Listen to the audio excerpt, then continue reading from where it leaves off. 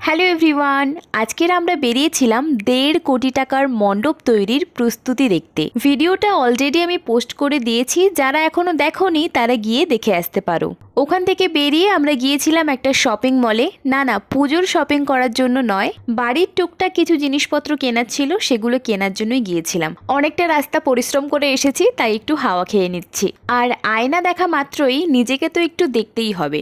Shopping মলের আয়নাগুলোতে নিজেকে একটু বেশি ঝকঝকে লাগে, কারণ ওখানে প্রচুর লাইটস থাকে। রিসেন্টলি গ্রিন কালারটার ওপর আমার একটা ভীষণ অবসেশন তৈরি হয়েছে। এখানে রয়েছে ভীষণ ছোট্ট বালতি, কড়াই, আরো অনেক কিছু। প্রত্যেকটা জিনিসই ভীষণ কিউট।